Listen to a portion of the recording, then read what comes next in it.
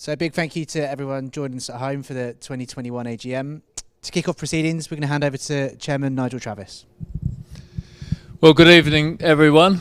And the first thing I want to say is I'm absolutely delighted to be here live in the Breyer Group Stadium, having not been here for 14 months.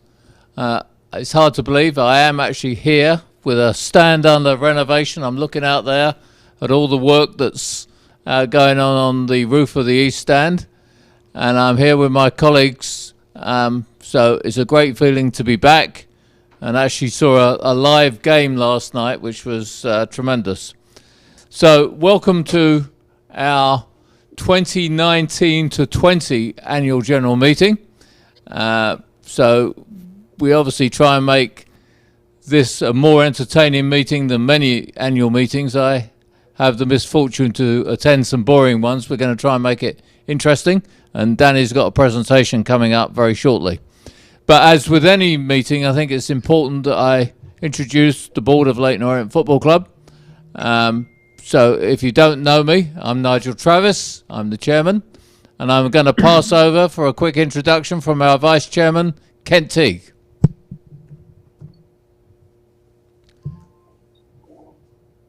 Kent, good to see you in Texas. And then live in the room, once the acting CEO of the club, Marshall Taylor.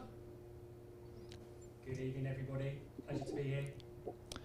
And then we have remotely, but he's managed to get to most games this season, Matt Porter. Hi, everyone. Good evening. And then we have from Denver, Colorado, Rich Emmett. Hi, everyone. And then, unfortunately, my son, David Travis, had a prior engagement, so he's not with us tonight. But also joining me in the room, our Director of Football, Martin Ling. Good evening, everyone. CEO, Danny Macklin. Good evening. And then our Financial Business Advisor, Simon Blake. And Simon's been very busy recently helping us talk to new investors. More on that shortly. Good evening, everyone. Okay, so the first thing I'd like to record is that the 2019 season, which of course finished at the end of June last year, was a year when we were unfortunately mourning the sad loss of our chairman. Not of our chairman, of our manager, Justin Edinburgh. It was obviously a very difficult event. I think we all remember it with great sorrow, and it caused a little bit of turbulence in the club. And I'd like to place on record my thanks to Ross Embleton, because he stood in not only once but twice as our acting head coach. So that was the start of the year, but little did we know that the season wouldn't effectively finish because of the worldwide pandemic, COVID-19. So it was a year of transformation from the National League to League Two. We actually finished up 17th. I actually believe we would have finished up in a higher position if we'd finished the league, because we were in a reasonable run of form when the season was very quickly ended. We'll also touch on this season, which of course has been a remarkable season in many ways. Apart from two games where we had a small attendance for one Papa John's Trophy game and then one league game, we had just under 2,000 people. We've been without fans all year. That's obviously been disappointing. And I want to thank all our fans for the way that both the year under review and this season, they've managed to maintain their enthusiasm for Leyton Orient. They've turned up in great numbers on our streaming. And when we actually analyse the streaming performance, we find that it's probably actually had more fans watching our game than in normal circumstances. So again, thank you very much. I think it's also appropriate for me to say right now that none of us were trained to handle a pandemic, and I think that applies to just about every business. But I want to go out of my way to say thank you to a large number of people. I want to thank my colleagues on the board who've shown great flexibility as we've gone through the last, what is really now 15 months. I also want to thank the leadership of Danny Macklin, whose team pulled off some great feats. He'll touch on some of that shortly. But again, working from home, sometimes working here, working with people on furlough has been incredibly difficult.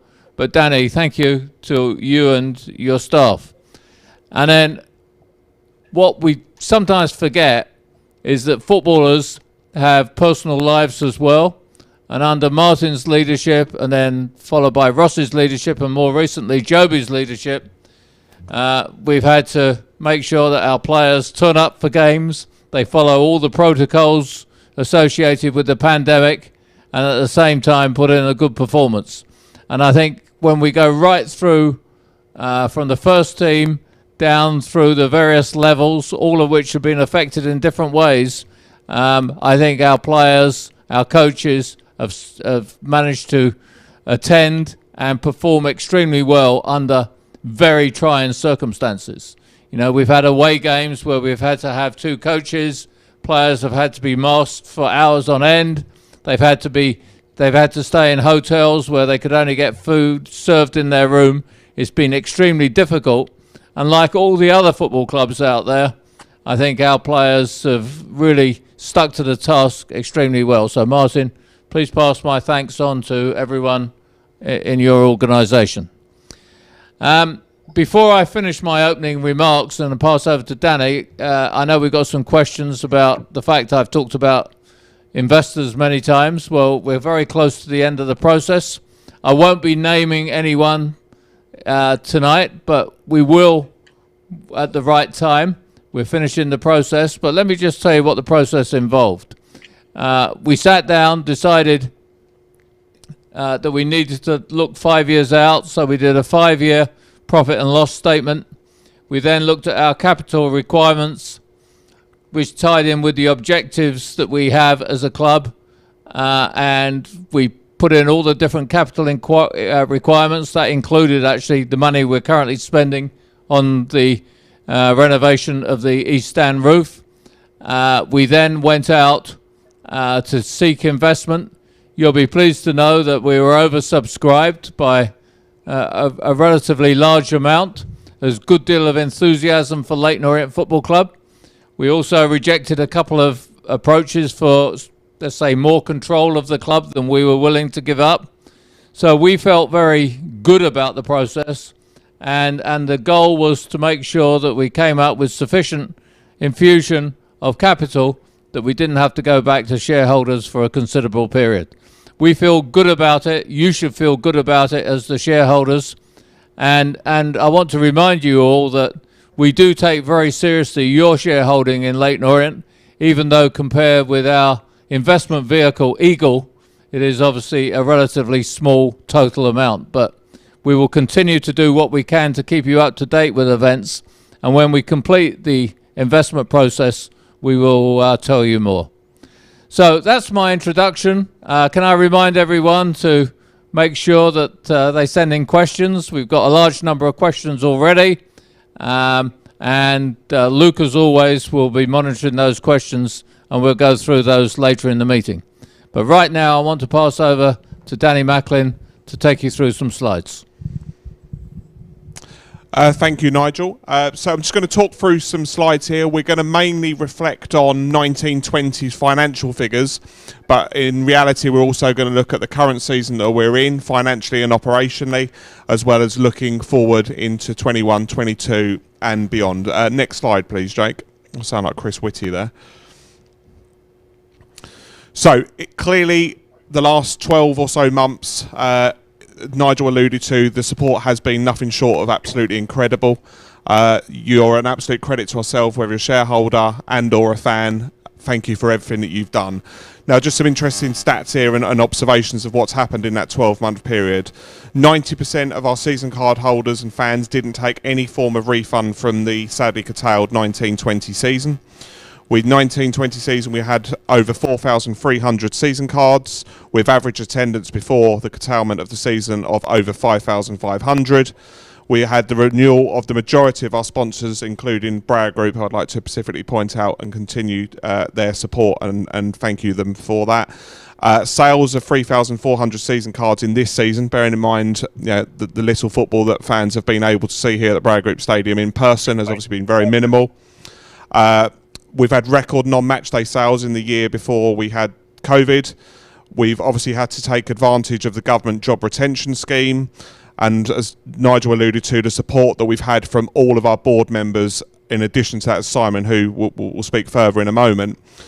Our staff and players, as Nigel alluded to, have worked incredibly hard. I think we can be really proud of the achievement that we've had on and off the pitch in relation to that.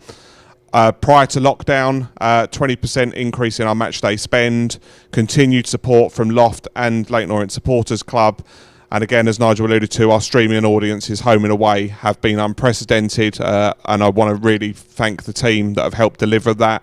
David Travis, obviously board member, Nigel's son, along with Luke, Jake, Dan and others have brought our streaming to life, and we're the envy of many clubs, and the studio that we've got, we don't believe there's anyone else, certainly in League 1 and League 2, doing that. And if those who also will remember, we also had Yaya Toure train with us. So it's been a strange 12 months. Next slide, please, Jake. So further expanding upon that period, whilst this wasn't necessarily all in the 1920 year, some of this was in more recent months. We set a challenge. We sat down as soon as we went into the first lockdown, which obviously 13 months ago, and we set the phrase of thrive, not just survive. So that was an ambitious target to make sure we came out of the pandemic in a better position than what we went into it.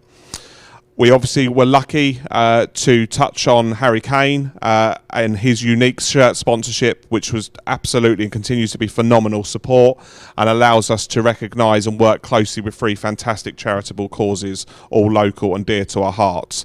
That led to record replica shirt sales, incredible global coverage, ranging from CNN to Good Morning Britain, you name it, the club has been on it in the last 12 or so months.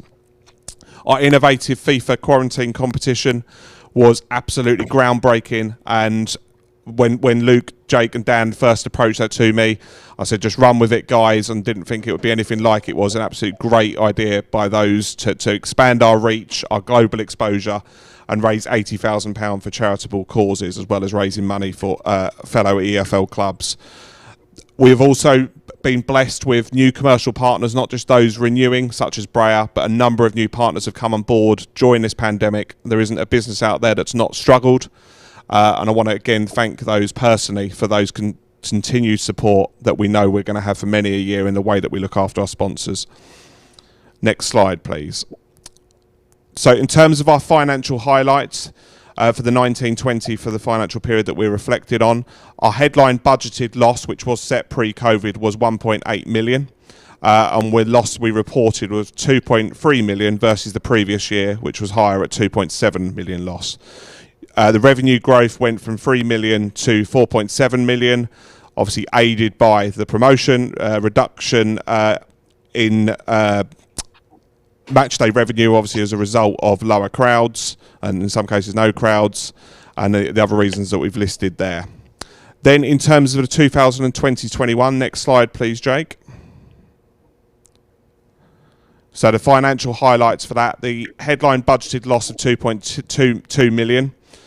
We are expecting a similar figure. Now, obviously, when we set that budget, we knew that COVID was there. Prior to setting that budget, we'd actually set a target of a 1 million loss. So you can see straight away the effects that COVID has had, not just in 1920, but also in 2021, and no doubt to a certain degree in 21-22 for the financial year that will start on July the 1st. So we've listed there all of the reasons that have gone into that, good and bad, but so it's worth re-stressing that again. We had hoped for a loss of 1 million, and what we're looking at the moment is a loss in the region of 2.2 million. So you can see straight away the impact that is having. So as we move, next slide, into 21-22, we are in the final throes of budgeting. Now, budgeting for next season, whether it be for football or away from football, is exceptionally tough. We are expecting the market to be very strange. It's been strange this year, and it might even be even stranger next year. We believe that there will be clubs that will financially struggle. We hope that won't result in any casualties such as the situation with Bury and Macclesfield, but we are concerned that there could be clubs that will continue to struggle and potentially struggle to a stage where they need additional support from what's already been given from the EFL and the Premier League. So we are budgeting and hoping that we will have a return of income. We hope that fans, and I'm sure we'll get to questions on that, will be able to return to the Braille Group Stadium in their numbers and hopefully welcome away fans back as well. And we're aiming for a target of 3,850 season cards for next season. And you'll see there all of the areas that we've got focus on of further improving our fan engagement, our new ticketing system, which we would have launched this time last year, but because of COVID, that's obviously delayed into this coming season, and ways for people to become even more engaged with the club, and certainly new ways to become engaged with our all-important academy. More on that later on. We've listed there our 5 top strategic aims for 21-22. That strive to gain promotion, unless that is achieved this year through the playoffs. Average crowds are the numbers that you see there, and if we can get higher, we certainly will be aiming for higher. Identifying potential training ground enhancements and further strengthening of our academy, women's football, soccer camps and college programmes, all of which obviously Martin takes control of, and a real expansion of our real football in the capital. So that strapline is exactly what it says on the tin. We want to shout from the rooftops, and we'll get to rooftop in a moment, of exactly why people, whether it be they're coming from the Far East or coming from the US, or just basically disillusioned London-based football fans that can come and watch what we call real football in the capital. We've then listed our 5-year vision. Next slide, please, Jake. So our 5-year vision there, again, I won't repeat every single one of those, but I'll just leave that on screen for a moment. And that is the objectives that we set ourselves internally. We said about budgeting for the next 5 years. So we've done, as part of our investment proposals, we've listed what we believe are our 12 core visions and core objectives for us to achieve in that time period.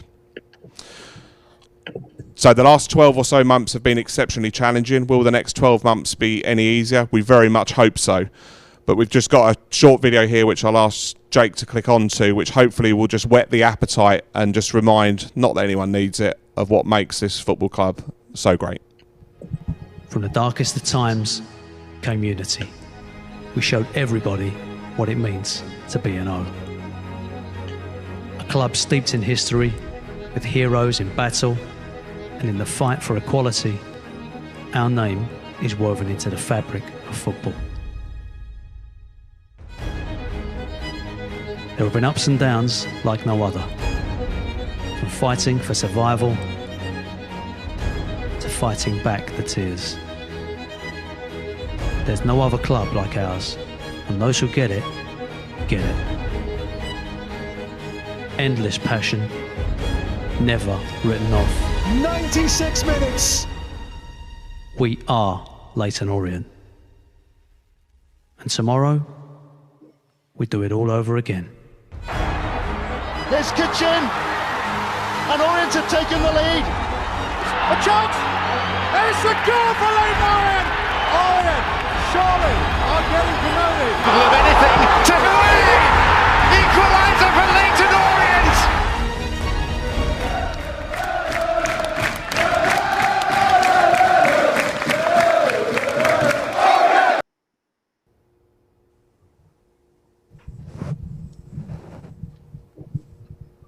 Okay, so we're going to now move over to your questions. Obviously, we're hoping next year we can do this live, but we've got a large number of questions virtually, and Luke's going to read them out.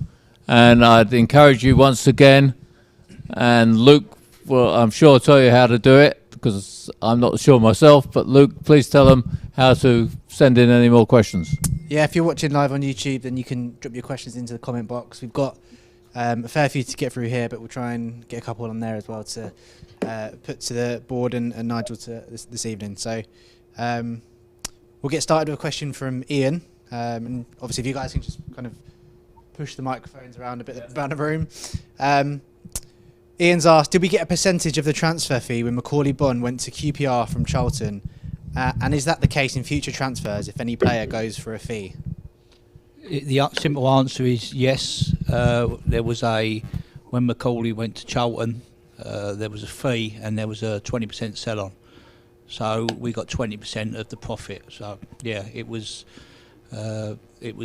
felt really nice for us. Obviously, he went for 2 million. So yeah, it was for someone that come and joined us on a free transfer to start with. It's been a very profitable move, and also the fact that he was massively important to get us out of the National League as well. And the second part of that question is that the case for any future transfers? Yeah, I mean, any time that I do transfers, there's always a sell-on, because that sometimes can prove to be the most important bit. It's worked like that with Macaulay, Josh, any player that goes, there will be a sell-on, because if they turn into £1 million or a couple of £1 million players, I think that's where the real profit can be had. So it's something that I always put within the transfer. Thank you, Martin. A second question now from Jamie, and he's asked, now that the salary cap of 1.5 million has been thrown out on appeal, is the board still aiming for a squad wage bill of that or less amount of money for the 21-22 season? And has that decision affected our summer recruitment strategy? Okay, so I think I'm going to let Martin go through the detail, but the important thing for everyone to know is that the EFL, obviously, unfortunately, in our view, had a setback with the salary cap being thrown out on arbitration. The PFA appealed it, and it was held that the correct consultation process wasn't followed. There is a lot of work going on at EFL level as to what should replace the salary cap, but we can't wait for that. We obviously feel we've got a great opportunity next season. So Martin has a budget that he'll talk about in a minute in terms of trying to fulfil our ambition that Danny laid out of trying to get promotion if we don't get it this year. So I'll pass back to Martin. Yeah, I mean, it's been a difficult time, because 1 minute we was working to a salary cap and putting them figures into our budget, and then obviously the salary cap was there no longer. But it hasn't made a massive difference to us, if I'm totally honest. It's we will always spend what we feel is a figure that we can work with, and there needs to be something put in place. They've started something. They've been pushed back, but I think there's some middle ground to be had. The sooner they can sort the middle ground out for everybody would be better, because obviously we've got an awful lot of players out of contract at the moment, and they're feeling edgy as well, because they're not sure what sort of money is going to be out there. And I think at the moment it's a very difficult situation to know how weak or strong each club is. I know how strong we are, and I know that we've got the financial. We have no financial worries. But other clubs will possibly have them financial worries. So we just need to be on the ball. We need to, I'm not concerned about the amount of players we've got out of contract. We've talked to a numerous amount of them players. And the fact is that 3/4 of League 2 and League 1 players are going to be out of contract in the summer. Simple as that, because I've had a list through already with the players that haven't got contracts for next season. So it's going to be an interesting summer. It's going to be something that we've got to make sure that we're possibly ahead of the game, and maybe there'll be players that we didn't think would be available at some clubs that may become available because of the financial situation. So it's just about being proactive, and we're aware, even though it would be better if we had a set figure or a set system that's in place, and I'm sure that will come. But for now, we are comfortable with what we're doing. Thank you, Martin. On to the next question, which is from Mike, who's asked, with potentially new investors coming in and a high probability of success on the pitch, is it in the board's thoughts to eventually increase the ground capacity by either purchasing the ground and redeveloping, or even a relocation? Okay, it's a good question. obviously we're ambitious and we're excited about fulfilling one of the pieces of the vision statement that Danny went through, which was to get our average attendances up to 7,000 and our ground holds 9,200. If we're in a higher division, we'd also expect to see higher attendance. This ground does have limitations on how far it can be expanded. I think there are tweaks, and Danny and Matt Porter, indeed, who was very involved as CEO of the club in the redevelopment of the stadium, knows far better than I. But we think for the time being our ground is fine. We've also, and that's one of the reasons why we're currently reinvesting in replacing the roof of the east stand and upgrading the stands significantly, which we all know it's an old stand, but the work is, as I said earlier, coming along extremely nicely, and you can see it now. I didn't know we were getting that, but that's that's a live picture, and they're making great progress. I mean, I've watched it all day today. Some very skillful work going on there, and as a lot of other work. Perhaps we just pause there, Danny. Why don't you just say what else we're doing as we tidy up the east stand, because I think a lot of fans sit over there. Yeah, thanks, Nigel. Yeah, it's an expensive project, but an essential project. Effectively, the roof as it was a couple of weeks ago would not pass a safety test in order to be able to get crowds in.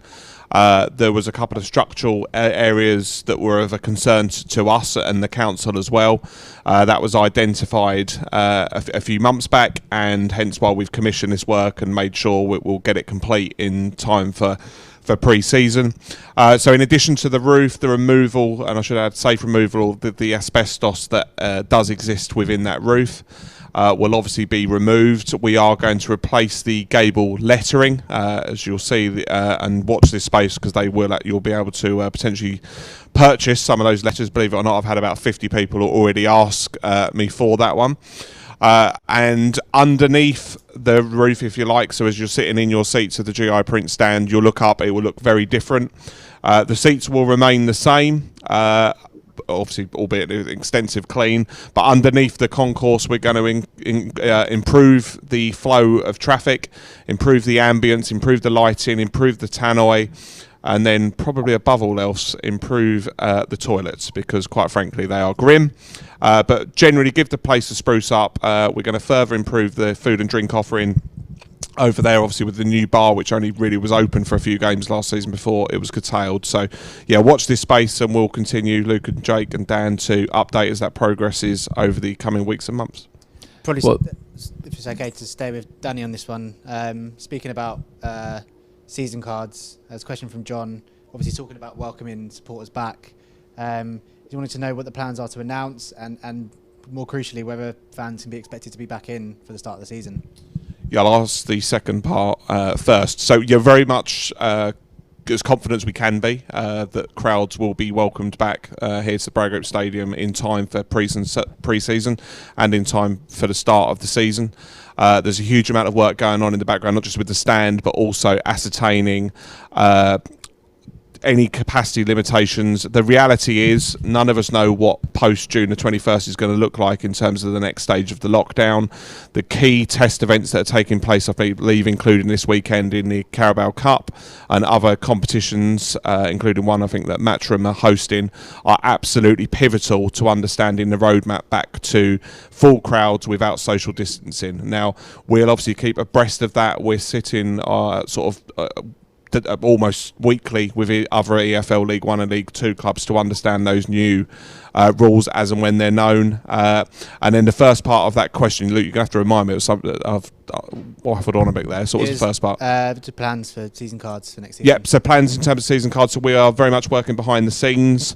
Obviously, a new ticketing system, and we will be in touch with all of our season card holders, as well as those that unfortunately were unable to renew this season for whatever reason, and we'll be engaging with you in the very near future with what we believe is an exciting proposition, and one we urge as many of you to get behind, so we can get as close to that 4,300 of where we enjoyed just over a year ago.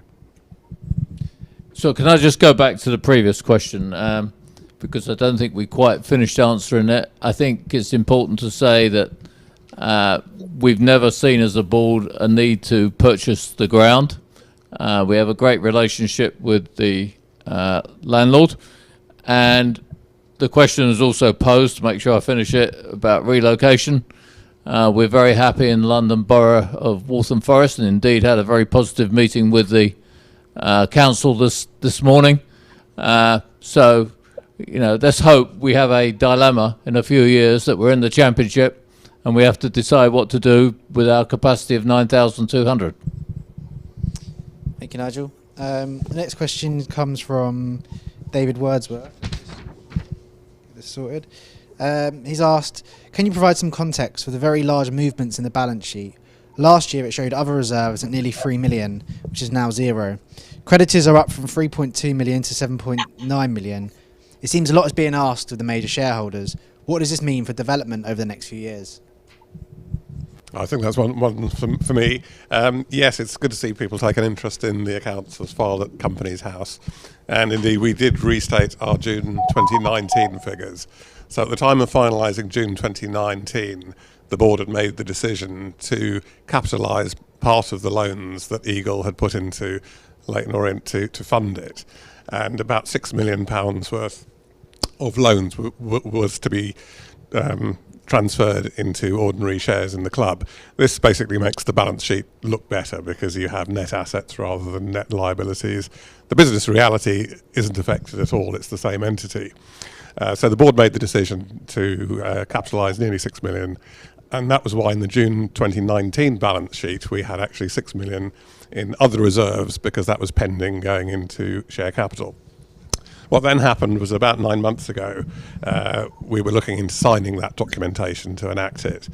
And questions were asked, well, why do we need to do this? Now, okay, the balance sheet will look nicer. Does that help? Well, we're not reliant on trade credit as such, so the fact that we have negative liabilities shouldn't affect things. Also, there were other reasons, some minor, some relatively major, as a percent of the share capital. If we'd capitalised that extra 6 million, that would have gone down to just over 1%. Now, you still own the same number of shares, but the number of shares in existence rises massively as a result of the 6 million transfer. We didn't really want the publicity or to explain that to shareholders, and we felt it was unnecessary. So those are the two main reasons that we decided to reverse that decision, and as a result of that reversal we've restated the 2019 comparatives, and we now show the loans as one figure. Regarding the question about loans, the figure that you see in the balance sheet under long-term liabilities, in other words creditors, due in more than 1 year, the entire balance of that is the funding from Eagle. So we're not in debt to anyone else, to the banks, to the EFL, to the Premier League. That is all from Eagle. And obviously, over time, we would hope that doesn't rise, but the reality is that Eagle is funding the club to get us through our losses until we get to break even or something else significant happens. Thank you, Simon. We'll go for one of the questions that come from YouTube at the moment. And Gary has asked, does the board aim to have a permanent manager in place before the season ends, whether that's Joby or not, so that when the transfer market opens, we are ready to sign the right players? The answer to that is we don't know, if I'm totally honest. We give Joby the gig till the end of the season. I think he's done very well at that with what he's done so far. I think that people can get carried away with being into the market when the market opens, because the be-all and end-all is that if we've got 10 offers for our players, so we look to retain 10 of our players, then we don't really know what players we need to replace them with. So some will stay, I'm sure, and some will go. We have always got an active recruitment policy that goes on a weekly basis, so people we don't just come to life when the window comes to life. You know what I mean? We're actually fetching in something to improve that as well. We're looking to fetch a recruitment analyst in as well that would concentrate totally on players to go along with all the information that we've got. Would we be mad to not use Joby's opinion about the players, whether he's staying or going? Yes, we would. You know, whether Joby's going to know the players inside out. I've got a good relationship with Joby, so we talk about players and what's going on at the club. We ain't going to ignore that. You know, I wouldn't ignore that if he wasn't the manager, because he's you know, he's a good source of information and also a good knowledge. So, like most clubs, I mean, there's an awful lot of clubs that are in a worse situation than us in terms of a lot of clubs have moved their managed it down to people that's within the building already, because it's a cost-cutting measure. We didn't do it for a cost-cutting measure. We felt that Joby could do the job, and so far, so good. But I think that we've just got to, like anything, things change quickly. You know, what I'll wake up to tomorrow morning with doing this job, I don't know. But what I do know is that we will adjust off the back of whatever's put in our way. So we don't. There's no start and finish. We just know that Joby was doing it to the start of the season. Nigel's over. First time I've seen Nigel face to face for 14 months, which is great, because you know, sometimes talking on Zoom and or on the phone is so much better. And we've actually got a transfer call tomorrow. But Joby's being kept in the loop with absolutely everything that's going on. Just to follow that up, a question from Darren, who's asked, following the appointment of Joby as interim manager, is the board's strategy, starting in the financial year under review, to appoint untried and untested young managers? This is the third successive such appointment, and is this likely to change with the incoming new investment? Look, again, we was talking earlier, and if we look at, we walked in at 2017 as a group of people, and we bought a tried and tested manager as our first manager in terms of Steve Davis. That didn't work, you know. Then obviously we brought Justin in. That did work. So I don't think there's any right and wrong. And I've often said this in terms of, people think I do it because I took this club up in 2006, but I come in here, I was a totally untried and tested manager that led the club to success. So don't tell me that I was any more ready than a Joby McAnuff or anybody else. The be all and end all is that we'll appoint what we think the right person will be. We ain't got no policy that we're going to fetch a tried and untested. What we want to do is fetch the right person, whatever that person may be. Yeah, thank you, Martin. I know we kind of touched upon renovations of the stadium a couple of times, but maybe just a couple more direct points along those lines. Richard's asked, who's paying for the roof, and how much is it costing to replace the roof of the East Stand? It's an expensive project. The board have been phenomenal in their support for the 4 years that have gone, but especially over the 14 months of the pandemic to date. The East Stand in itself is a $750,000 cost that none of us expected to have to pay. Absolute credit to the board for not just that investment, for everything that's been given to this point is nothing short of miraculous, and hugely appreciated by everyone.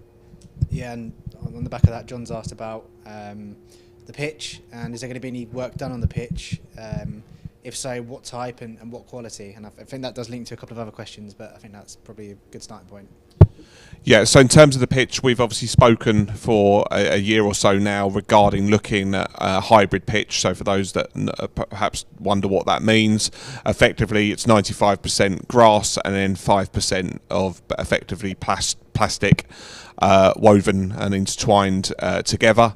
It's what you'll see in virtually, if not all, Premier League grounds, certainly at Wembley as well. And it's something that's our longer term desire. Is that going to happen this summer? Probably not within the timescales that we've got, but it's very much our medium to long term objective.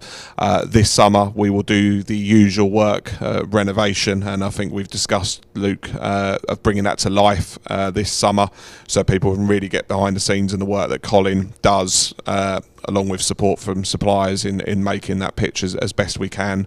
It was difficult this summer. We were really up against it. None of us knew if the season was going to restart, when the new season would start, etc., etc. So, like every pitch up and down the country, even at Premier League level, you can see that they're struggling, and that lack of time and therefore investment that was made in the summer, we've got to correct that this summer. That was through no one's fault, just the reality of COVID, and obviously having a pretty wet winter. So it's now a case of repairing that. You'll see improvements on the pitch over the last few games and leading up to the last few matches. But yeah, moving into next season, we'll see further all important improvements. Yeah, we're talking about a couple of areas there that do require, should I say, investment. And one of the questions from Lee has been, we keep hearing of additional investors waiting in the wings to bring in more funds to the club. Is there any clarity at this time on how close these negotiations are? Well, I think I covered that earlier, but just to go through the key thing, we set out a plan. We identified the amount we wanted to raise, which would effectively fund the club for the next few years. Now, as Danny just said, it's very tough budgeting and trying to work out what's going to happen in the foreseeable future, what's happening in terms of COVID, what's happening in terms of return of crowds, what's happening in terms of any support from the Premier League. I mean, there's a lot of imponderables, but we've decided to carry on.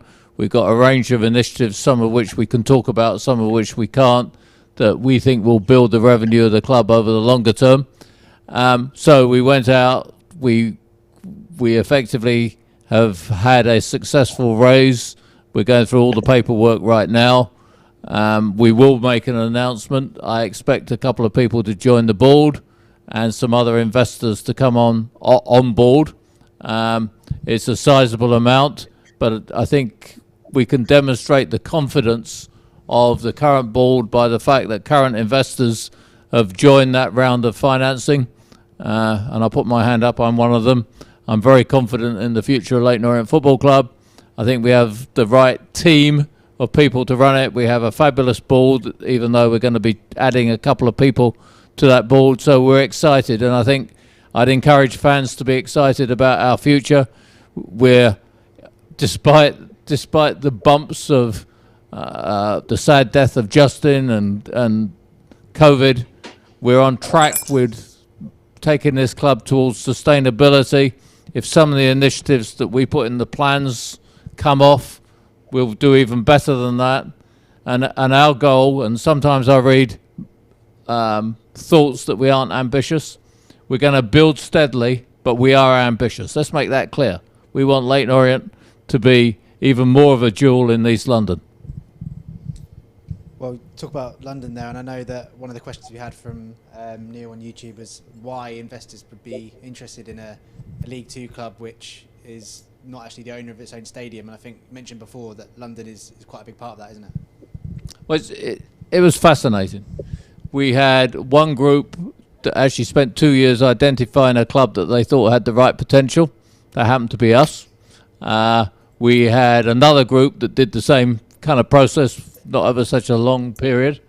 We had people approach us. We found people. And I think there is a fairly similar vein that people look at investing in particular US sports, but the cost of buying an MLS franchise is enormously high and getting higher.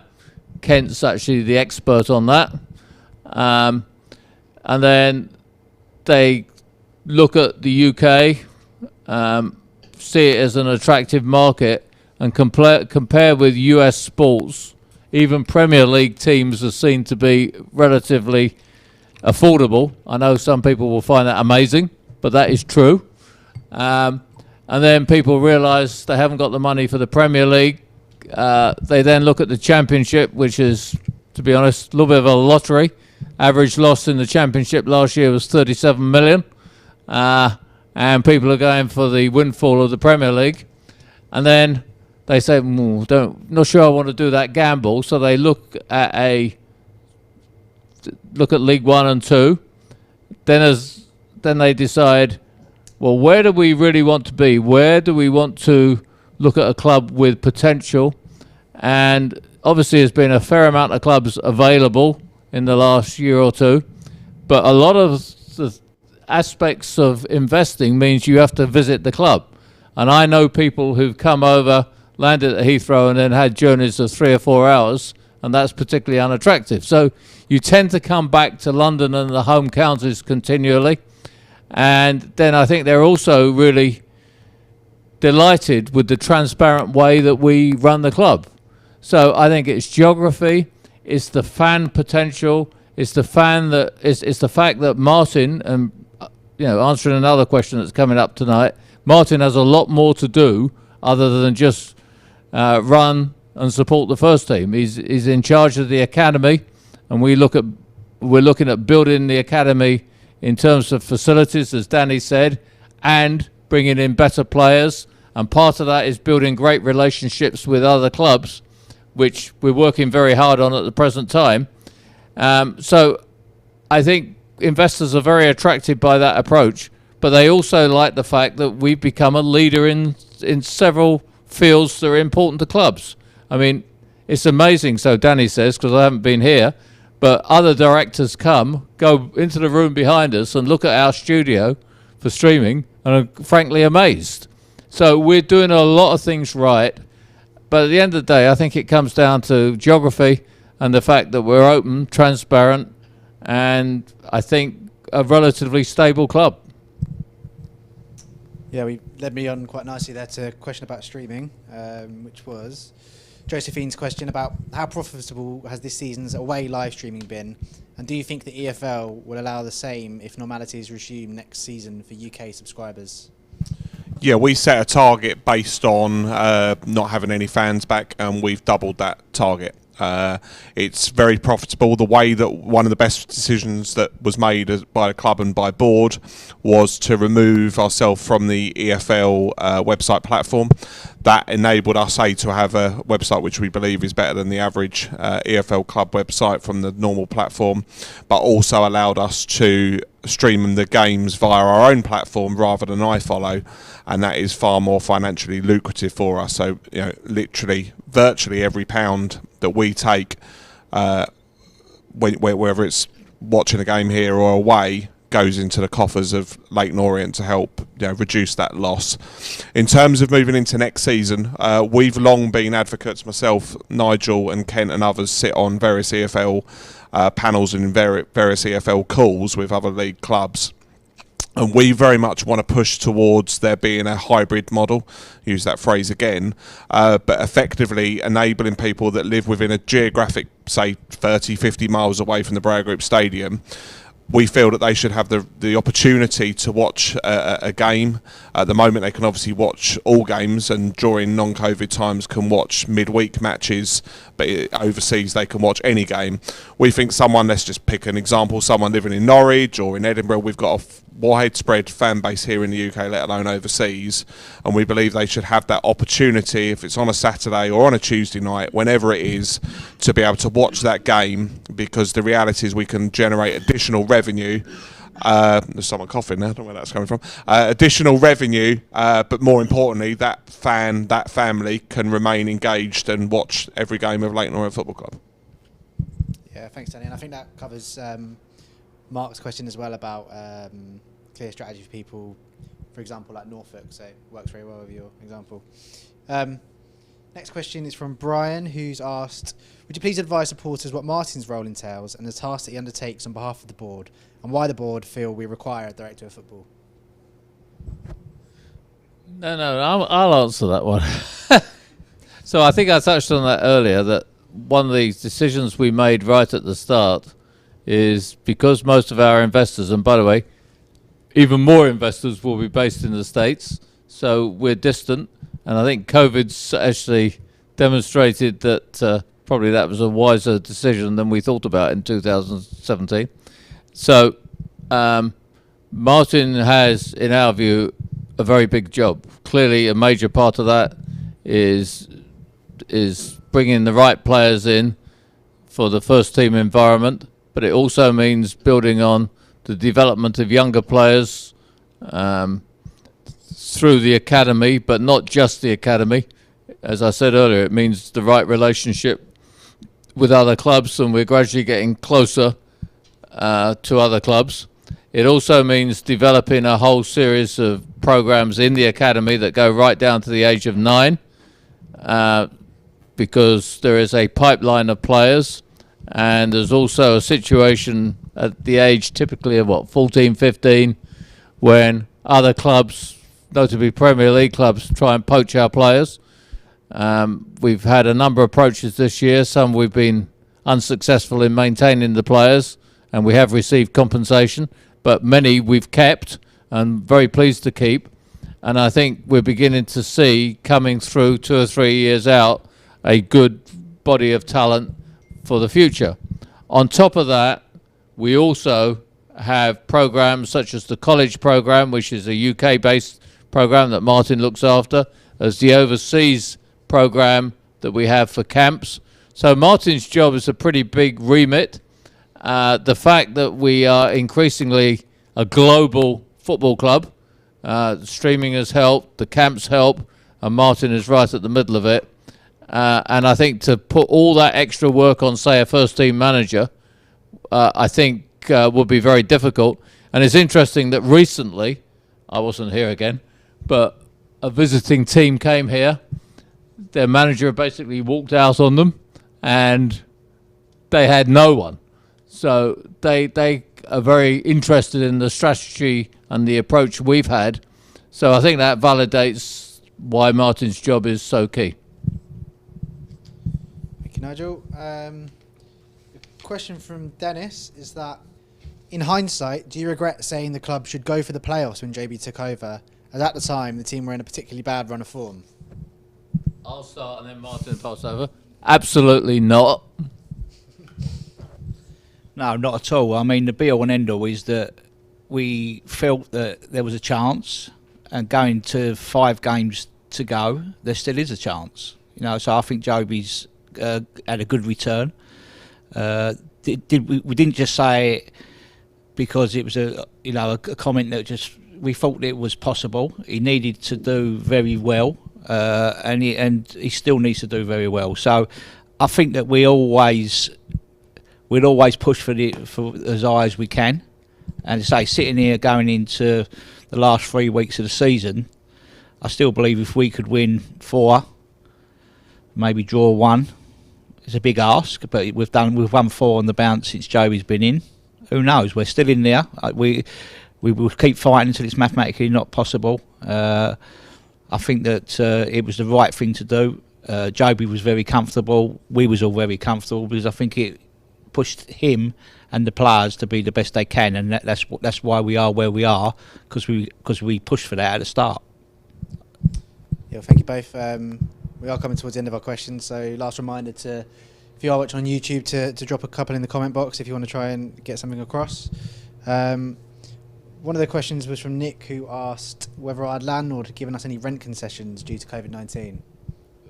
What? Whether our landlord... Oh, landlord.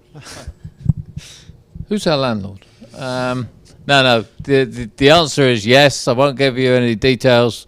I mean, Barry has always been very generous since we bought the club, and he's always been incredibly supportive, both in terms of money, advice, and we value the relationship. Thank you, Nigel. A question from Anne, who's asked if the current lack of contracted players having committed for the 2021-22 season is an area of concern for the board. Not at all. I said I covered this earlier. The be-all and end-all is that we're the same as most clubs. We are talking to players. We continue to talk to players. I know that we're going to have a competitive budget. So look, the be-all and end-all is that it happens all the time. I suppose there's a bigger percentage this year than there normally is, but that's countrywide.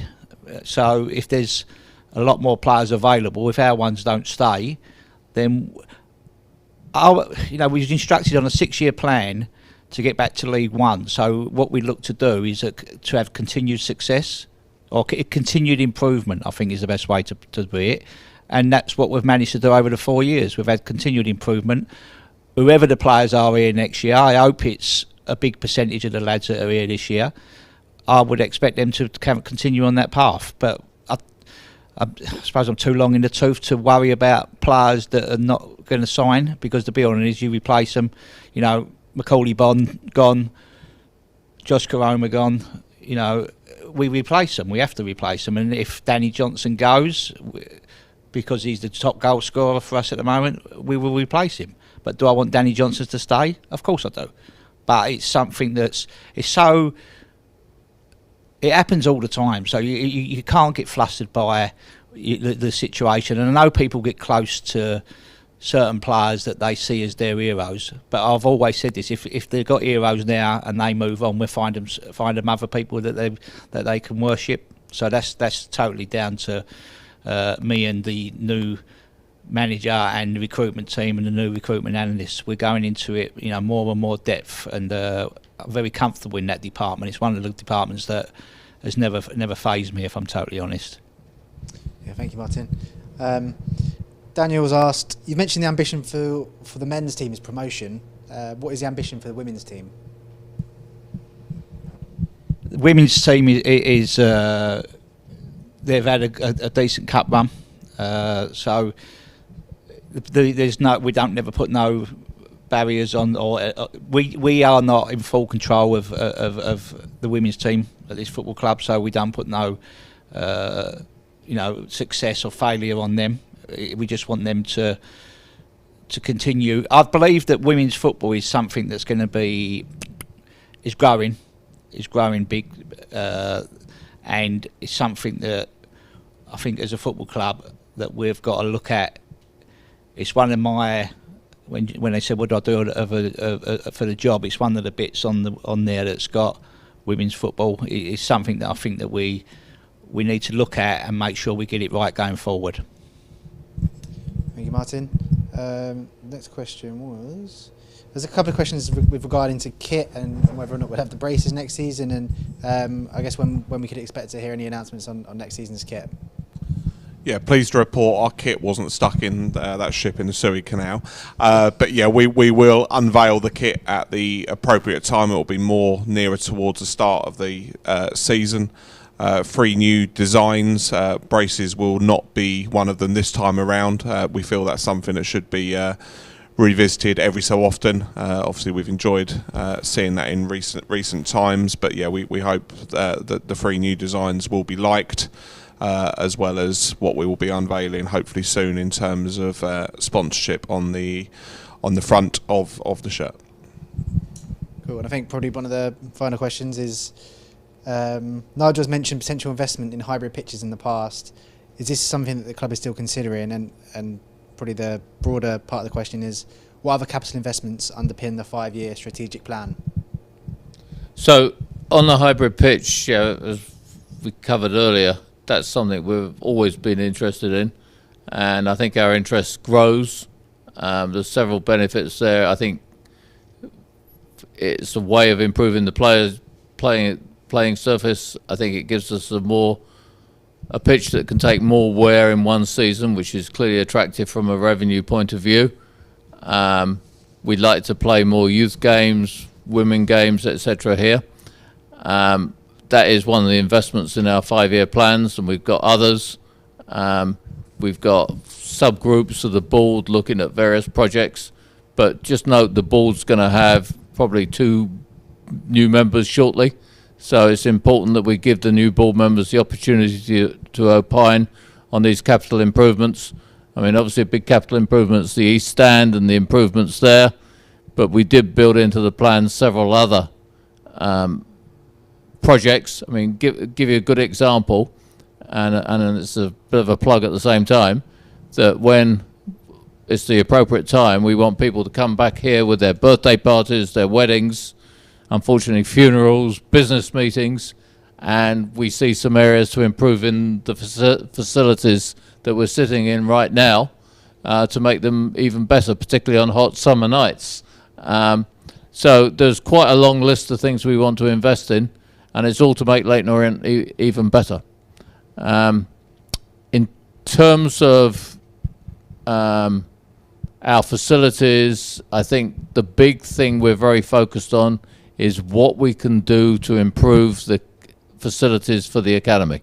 So that's something that, as I say, a subgroup of the board is looking at that in particular. I think just one final question then is from Karen. She asked about pre-season friendlies and being back at the Borough Group Stadium. She's asked, has a big pre-season friendly been arranged yet? And I think earlier she asked as well, is there a lot of home games going to be in pre-season so we can get back as quick as we can? There's more opportunity to get a big team, because obviously they're not going abroad and we're not going abroad. So watch this space, as they say. My CEO tells me that we have to have 3 test events here before we go into the league. So that means we've got 3 games here. I don't know if he's told the groundsman this yet, but that's what we was talking about yesterday. And it probably will be a build-up in terms of the smallest team first, and then obviously the big team last. So yeah, there is opportunities. We obviously are. We talk to a lot of local London clubs in terms of loans, and there's, as it goes, we're quite popular this year because that they've got to find somewhere to go and play the game. So it's me batting them away for a change rather than chasing them. So yeah, we will have a top side, definitely. Good stuff. Well, I think that takes us just over the hour mark, and I think that will probably conclude our questions for tonight. So, Luke, thank you for the questions. Thank you to our shareholders for their questions. And once again, thank you to all our fans for their ongoing support. It's very much appreciated. This has been a tough year for you. It's been a tough year for us, but we've been getting through it. I want to thank my colleagues again, and I look forward to seeing everyone back here at the Borough Group Stadium as soon as possible. Clearly, if we got into the playoffs, we'd have one opportunity to do that with a home game. But if you can't make it, if we don't make it, you have a chance because the shop is open, right, Danny? Very much so. So make sure you come down to the shop. And with that, I'd like to say good night to everyone and look forward to seeing you all soon.